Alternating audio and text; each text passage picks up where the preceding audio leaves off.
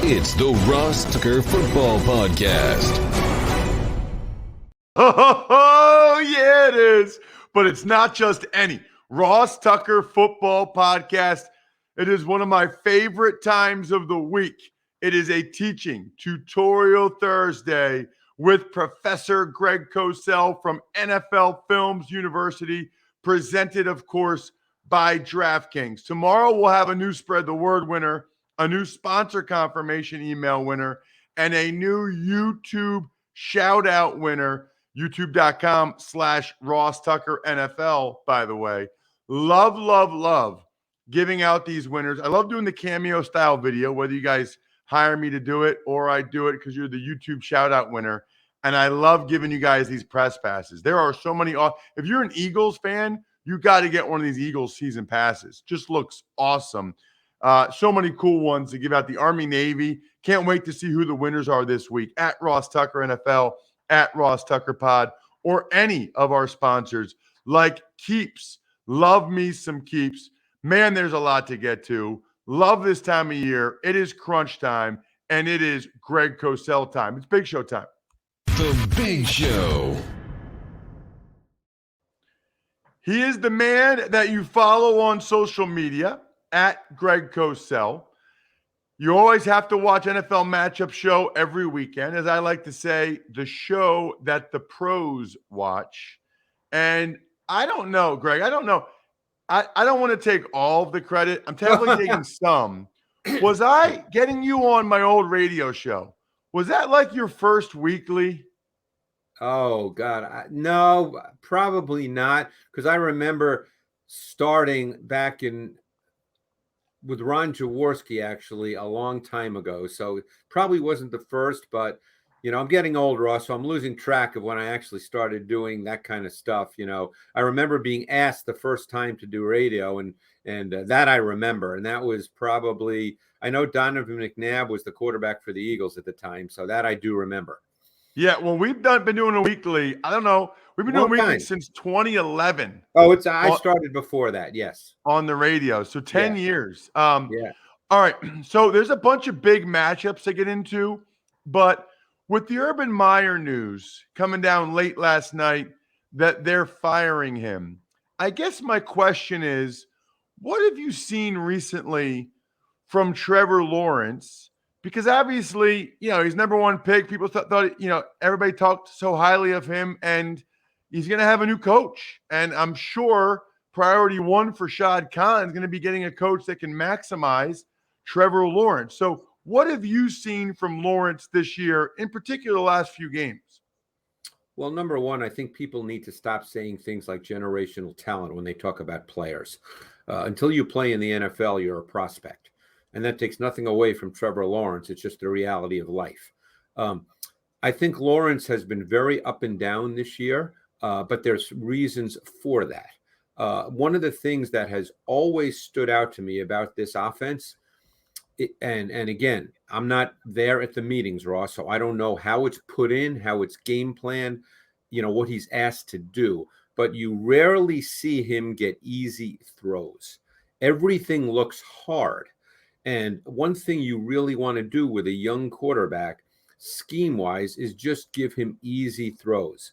I remember talking to Phil Simms years ago, and he would say to me, for a quarterback, the number one thing early in a game is just get him completions, because there's nothing worse than starting a game and being 1 for 5. He says you want to start a game with completions, even if they're 3 yards. You want to give him easy throws. You don't see that. The offensive line has not been very good at all in pass protection.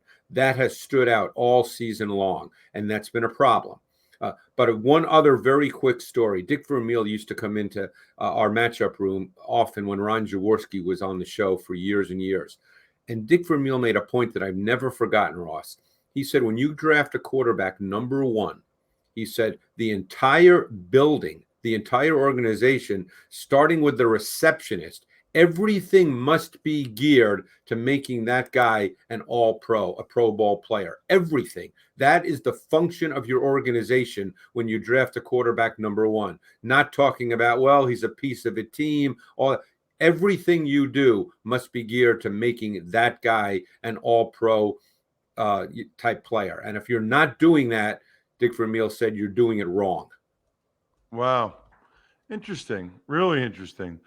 All right. So that's kind of what I thought you would say about Lawrence. It's been a little disappointing, but I'm not breaking down the tape to see what's really going on. I mean, they've had the same O-line there for years. It's a Which is, disgrace. see, I think that's the most fascinating thing. I would say the right tackle Taylor, who was a first-round pick, and I'm sure you remember him coming out of college, Ross.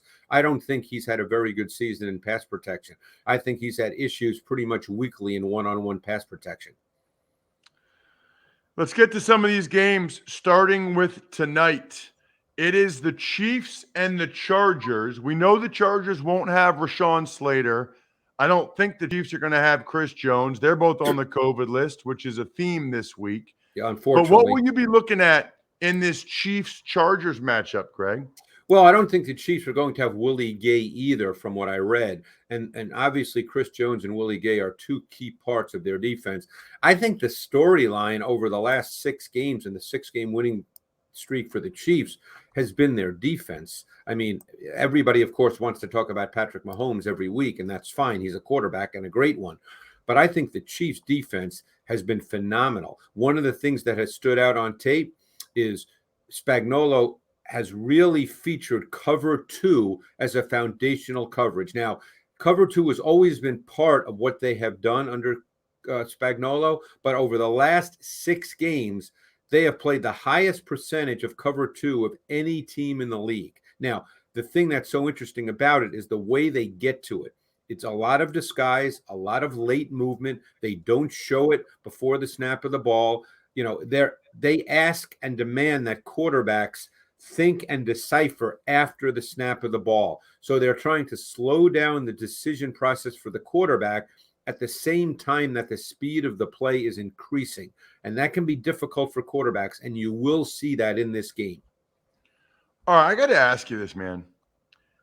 The first 5, 6, 7 weeks of the season, the Chiefs were the worst defense in the NFL. Yeah, they were terrible. I won't be able to answer this one, Ross. I'll tell you that. I can't The tell last you 6 why. I weeks, can only tell you what the film they've been shows. arguably the best defense. How do you go from the worst to the best? And Greg, it felt like they flipped the switch. Well, as the Eagles, the band, not the team, once said, I can't tell you why. I can just tell you what the film shows. I don't know the reasons. You know, the other thing that has stood out, which did not happen early in the season, and this now gets down to individual play, is their defensive linemen are winning one-on-one matchups in pass rush. And that did not happen early in the season. They moved Chris Jones, and we said he likely won't go tonight, but they moved Chris Jones back inside where he's clearly a better pass rusher. So that has been a big factor. Willie Gay may not go tonight as well, and he has been a big factor. He was hurt earlier in the season, but he is an explosive moving athlete at linebacker. He's become a big factor. So, you know, individuals have played better as well, and, you know, that can take time over the course of a season. Let's get to Saturday, 2 juicy games. I'll be in Cleveland, where the Browns host the Raiders. Still keep my fingers crossed they play the game, with all of the Browns players being placed on the COVID list. You know, we really don't know, Greg, who is going to be playing for the Browns.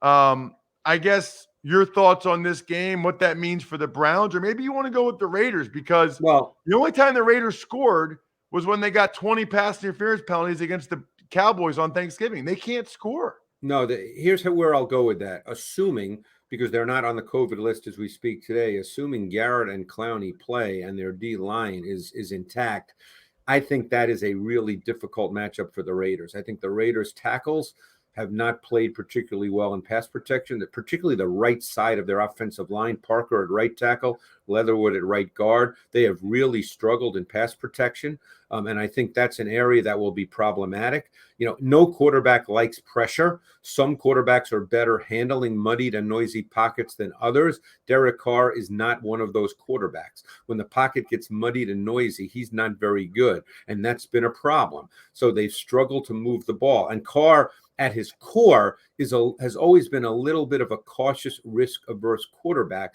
So what happens, Ross, is when he feels pressure, whether it's real or perceived, he's going to throw the ball short. So they don't really have right now any kind of consistent intermediate or vertical pass game.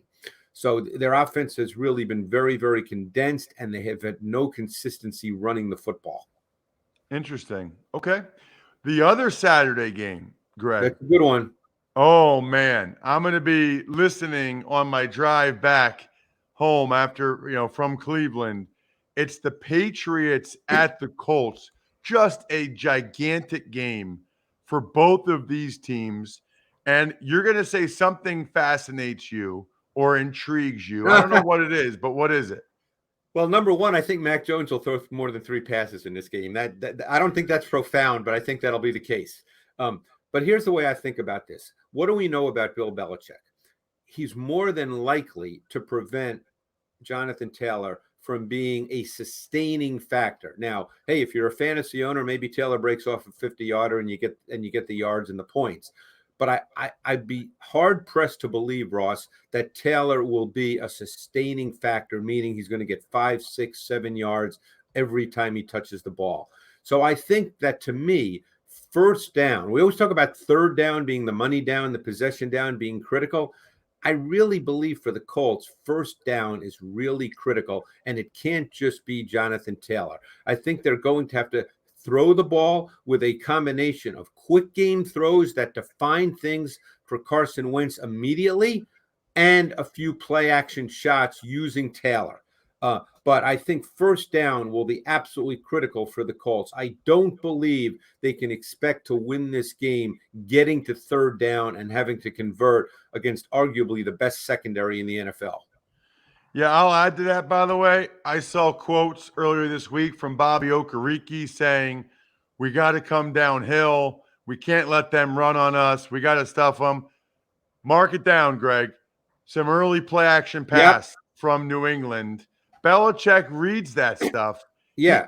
That's exactly why you're not allowed to say things like that. Right. When you play for the Patriots. Right. Because he knows what that means. He knows linebackers be coming downhill. They'll probably have the extra guy in the box. Early down, play action pass. Mark it down. Mac Jones going to have a big night. That's how it works when you make comments like that. It's interesting, though, you say that, because the next game I want to ask you about is Tennessee and Pittsburgh. And Belichick let the Titans have sustaining runs. They ran for like 270 yards, and I guess they broke a couple big ones. They had a couple of big runs. They weren't sustaining runs. They had a couple of big runs. Talk to me about the Titans and the Steelers. Yeah, well, the Titans' offense right now is a difficult offense because they generate no explosive plays in the passing game, especially to wide receivers. This was the second game in the last 7 or 8 games where their longest pass play was to a tight end on kind of a flat pass or a screen pass. So they really have almost no intermediate passing game right now. It's very condensed schematically. Their offensive line has not been particularly good in one-on-one pass protection. So this is a very limited offense right now. And they've been able to win games given the nature of their opponents, without their offense having to be a big factor in the game. We'll see. The Steelers' offense is another issue as well. They're another team that doesn't really have an intermediate passing game. It's quick game with Big Ben or vertical shots outside the numbers. And if they hit a few of the vertical shots, they make some big plays. If they don't, you see Big Ben with a lot of completions, but for not many yards. And they want to run the ball with Najee Harris, and he's a grinder. He's not going to provide explosive plays. He's a sustaining grinder. He's a 4 or 5 yard back. That's what he is. So they struggle as well to really sustain consistent offense. And one thing about the Titans, their defense has played very well. Yeah, there's no doubt about that. This is a big game for both those teams. We got a lot of games that feel like really critical games. We're going to be saying that now for the next month, Ross, because there's something like 25 teams that are within one game of a playoff spot. Yeah, no, there's no question. We've got Washington, Philadelphia. I don't know much there is to say about Philadelphia, considering they're coming off a bye. And Well, Washington's another team that's just riddled by COVID right now, yep. including their whole D line. Now, we'll see what happens Sunday, how many of them can play. But, Greg, it's not good if you got like 7 D linemen out going against this Eagles rushing attack. Although the Eagles, keep in mind, Jalen Hurts may not go either, so that's going to be decided. He's got a high ankle sprain. They usually take time.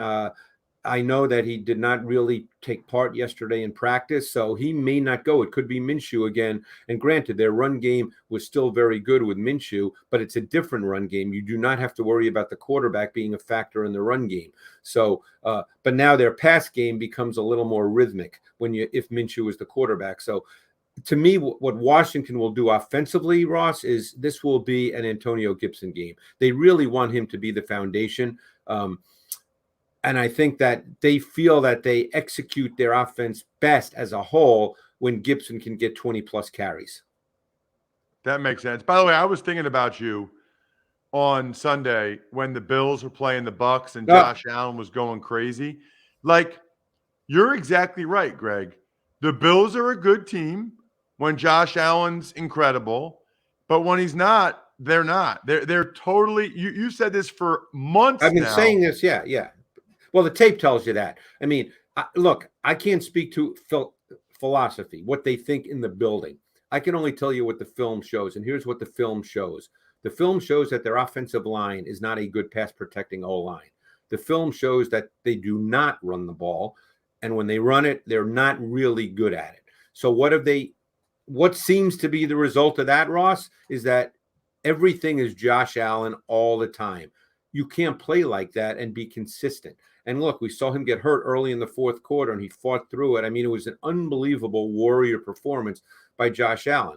And while I don't get into refs' calls, if by chance that penalty was called on Diggs late in the game, they likely win that game in regulation. And all we'd be talking about this week was the unbelievable second-half performance by Josh Allen. And by the way, it still was an unbelievable second-half performance by Josh Allen, even though they lost. But that's too hard. You played. You can't ask your quarterback to do that every play, every quarter, every game, every week. You can't play like that. Well, I'll tell you what was mind-boggling, Greg.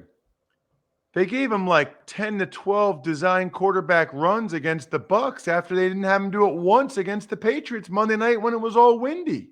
I know. And their first handoff to a running back came on the first play of their second possession of the third quarter. Third quarter. Think about that, Ross. Yeah, I've never seen anything like it. Let's get to Bengals Broncos.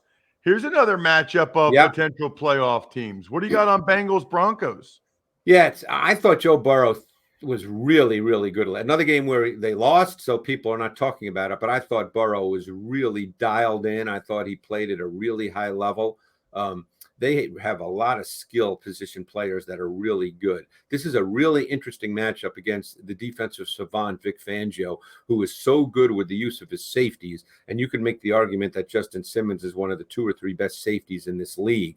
And the way Vic Fangio uses his safety, shows things, moves them, disguises, I'm going to be fascinated because one thing about Burrow, and I think this is a positive overall, but Burrow is very aggressive. And at times he's a little reckless and undisciplined. I think he will channel that as he gains more experience. It seems like he's been in the NFL for 10 years. People forget he's a second-year player who missed the last part of his rookie season. So he'll channel that as he plays more. But my guess is, and you know how this works, Ross, having played, my guess is in the defensive back meeting room this week for the Broncos, the coaches are telling them, hey, he's going to throw us a couple. Let's just make sure we catch them because they're going to show him some things with disguise and late movement that he may not have seen quite the way the Broncos will show him.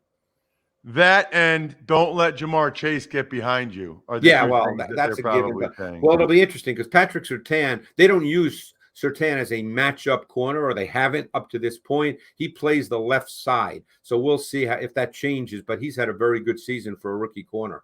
All right, Greg, last one. We don't know if Lamar Jackson will play or not for the Ravens against the Packers. But last week, you had a very interesting stat about Lamar Jackson against the blitz, 9.4.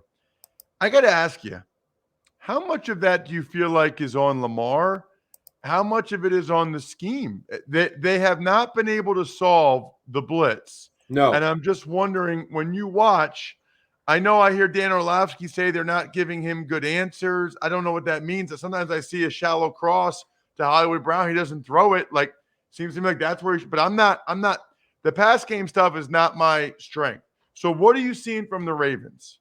Well, by the way, the Ravens are not the first team in the NFL to be blitzed, Ross.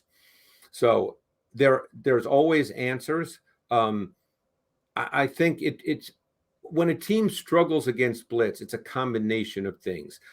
Obviously, that number is very bad for Lamar. There are times it's his fault. There are times it's the protection's fault. There are times receivers are unaware that they have to adjust their routes. So it's always a number of variables. It's not one thing.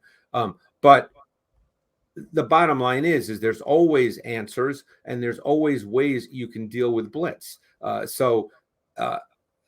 don't know how they're coached or how they're taught. That's what I don't know. But they're going to have to figure this out because otherwise they're going to keep getting blitzed. And the answer is not just, let's say, to throw fade balls or throw it long. Just throw it up and hope your receivers get it. That's not the answer. So, they like to play out of empty. When you go in empty, you're inviting pressure, and you have to know that. And when you invite pressure, you have to know what the answer to that pressure is before you even get to the game. You can't be surprised by the fact that, we're getting pressure because we're in empty sets. So again, that comes down to how they teach it and what happens during the week in their game plan meetings.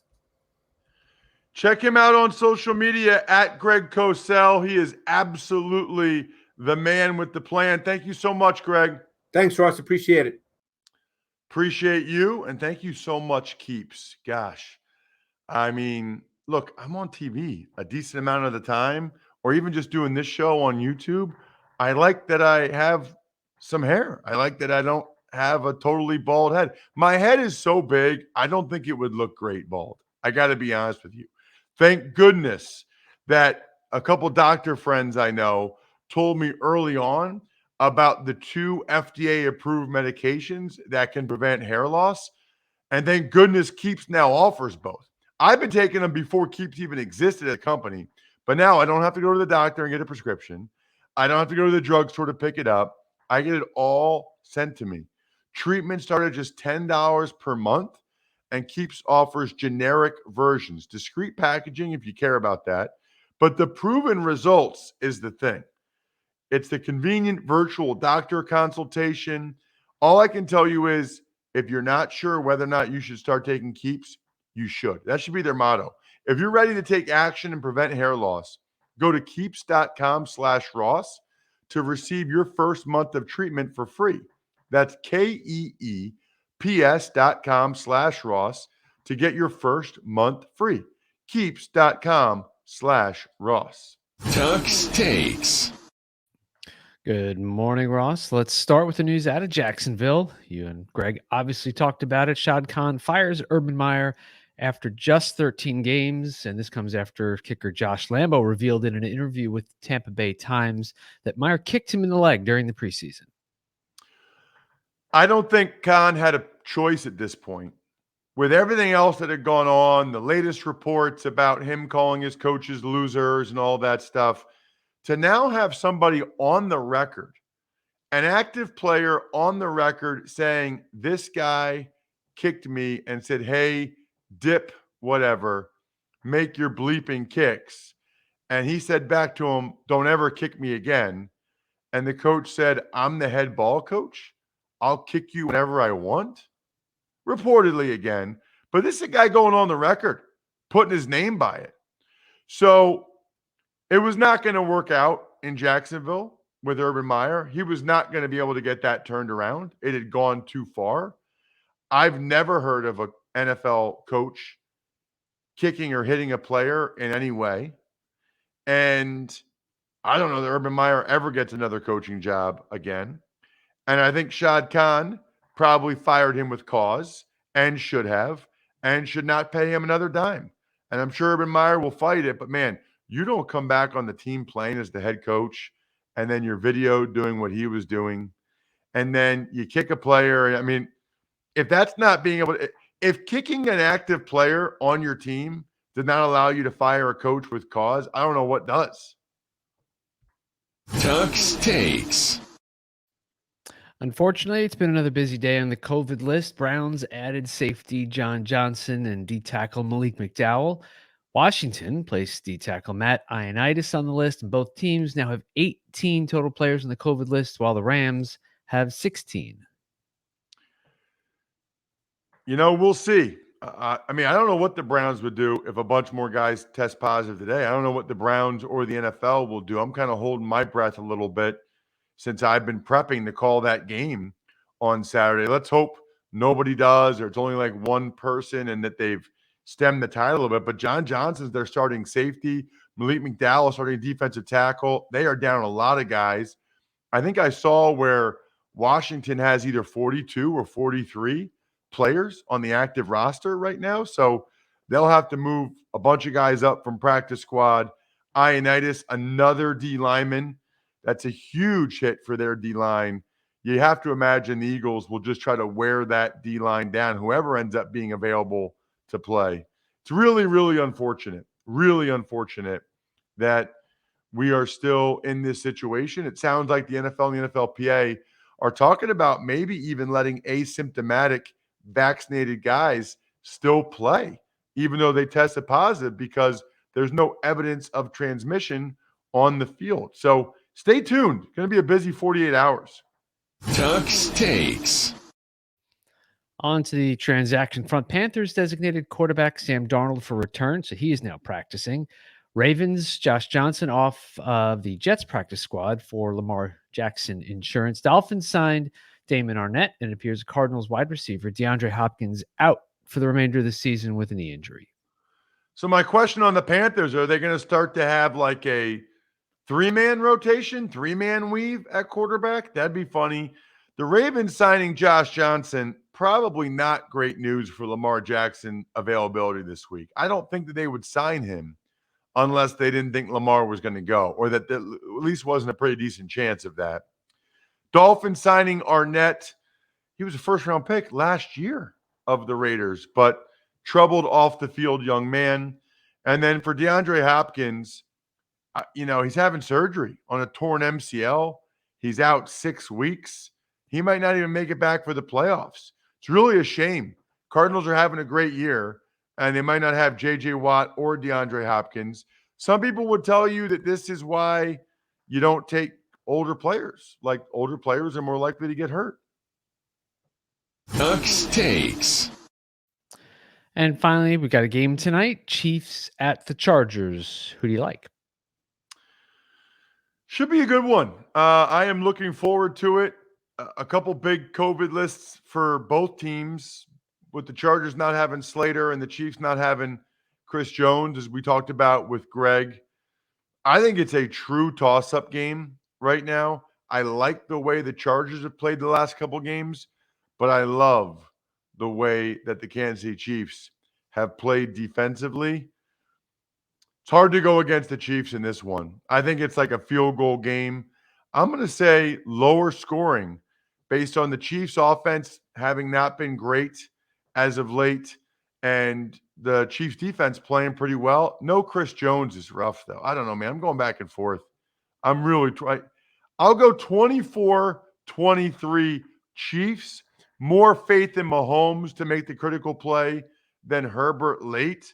But honestly, I could just as easily flip this. I do not have a very strong conviction about this at all. I do have a strong conviction about the free Fix Finder service at AutoZone, where you can troubleshoot more dashboard lights, including your check engine light, ABS light, and service interval light.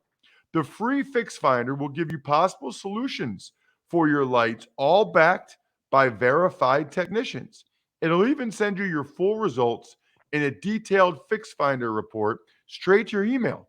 So you'll have all the information you need to take on the fix. And if you need a bit of help from a repair shop, AutoZone will even refer you to a nearby shop that you can trust. It is the most complete free warning light report. It's backed by technician verified fixes and you can only find it at AutoZone. So the next time your dashboard lights pay you a visit, just, you want to do it, Bri? Get in the zone. Wait, what is it? Oh, AutoZone. Yeah. Yes! Bri, that was awesome. That was awesome. You know what else is awesome? Pizza Boy Brewing. Delicious. You know what else is awesome? Sporticulture. Awesome gift. Vision Comics with an X. Very cool. HumanHeadNYC.com. The Human Head Vinyl Records. Awesome gift. SteakhouseSports.com. Awesome competition. MyFrontPageStory.com. Amazing. Absolutely amazing holiday gift. People are buying that like it's wildfire, which makes no sense. Nobody buys wildfire. I don't even know why I just said that. Maybe I should just tell you that tomorrow I'll make all my picks. All the other shows, Fantasy Feast, Even Money, College Draft, Business of Sports, are all already posted. Check out your boy Saturday. I'll be calling the Browns Raiders from a hazmat suit. I think we're done here. Thanks for listening to the Ross Tucker Football Podcast. Make sure to also subscribe to the Fantasy Feast, Even Money, Business of Sports, and College Draft. All available at Apple Podcasts, rosstucker.com, or wherever podcasts can be found. A lot of times on the show, I mentioned DraftKings. Here's what you need to know. You got to be 21 or older, New Jersey, Indiana, or Pennsylvania only. New customers only. Restrictions apply. See DraftKings.com/sportsbook for details. Gambling problem, call 1-800-GAMBLER, or in Indiana, 1-800-9-WITH-IT. By the way, if what I was talking about included a deposit bonus, doesn't always, sometimes it does. Deposit bonus requires 25 times playthrough, and deposit bonuses are paid out in site credit.